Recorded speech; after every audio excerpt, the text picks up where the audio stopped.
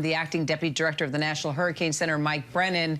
So, Mike, as Melissa just told us, you heard the Tampa area hasn't seen a hurricane like this in a century.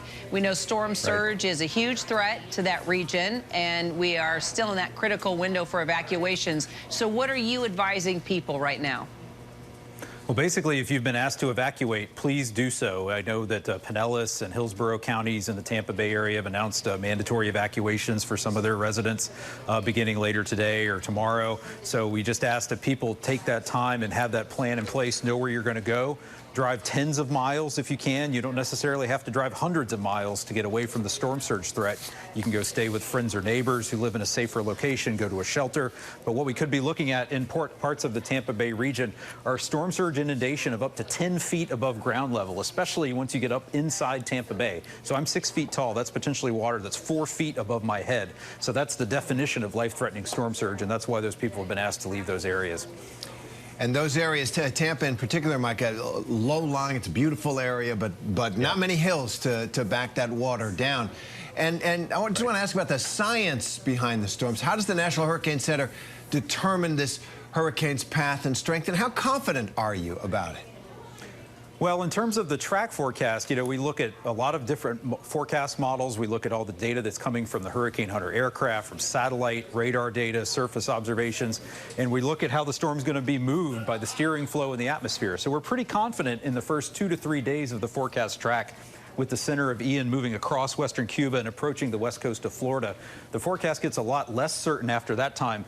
But the unfortunate thing for the west coast of Florida is, regardless of what Ian does once it gets up in here, it's going to be basically impossible for the significant storm surge to not occur, because you're going to have a slow-moving major hurricane in the eastern Gulf of Mexico that's just continually pumping Gulf water into these bays and onto the west coast.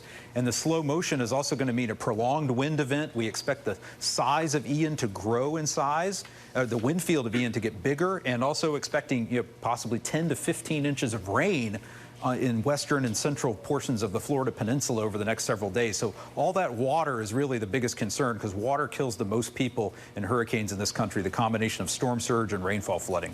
Right. People don't get out of the way. So what concerns you most at this point, given what you're seeing and what you're predicting? Just that people won't necessarily move if they're asked to. Again, you're talking about in the Tampa area in particular, nobody in their lifetime who lives there now has seen anything like this in terms of this threat. So again, people may not even know they live in an evacuation zone. We've had lots of people moving to Florida over the last couple of years that are not necessarily in hurricane-prone areas, don't know what the threat really is. So we're most concerned that people will be complacent and not move, or decide too late that they need to move out and not be able to get to a safe place. So they've really got today and tomorrow to finish their preparations, get to where they need to be before conditions really deteriorate on early beginning overnight Tuesday into Wednesday.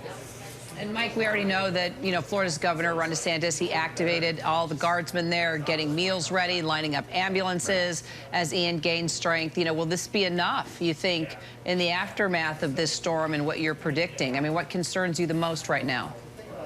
Well, people need to be self-sufficient and self-reliant. Everybody needs to have their own hurricane kit with food, water, medicine that could last them several days. You could have power outages. You may not be able to get back to your home.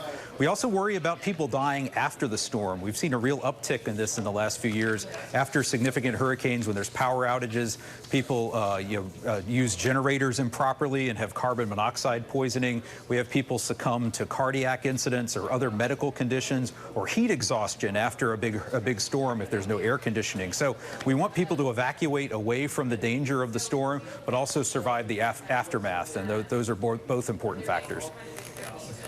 All right. Appreciate your time, Mike. Thank you. Hi, everyone. George Stephanopoulos here. Thanks for checking out the ABC News YouTube channel. If you'd like to get more videos, show highlights, and watch live event coverage, click on the right over here to subscribe to our channel. And don't forget to download the ABC News app for breaking news alerts. Thanks for watching.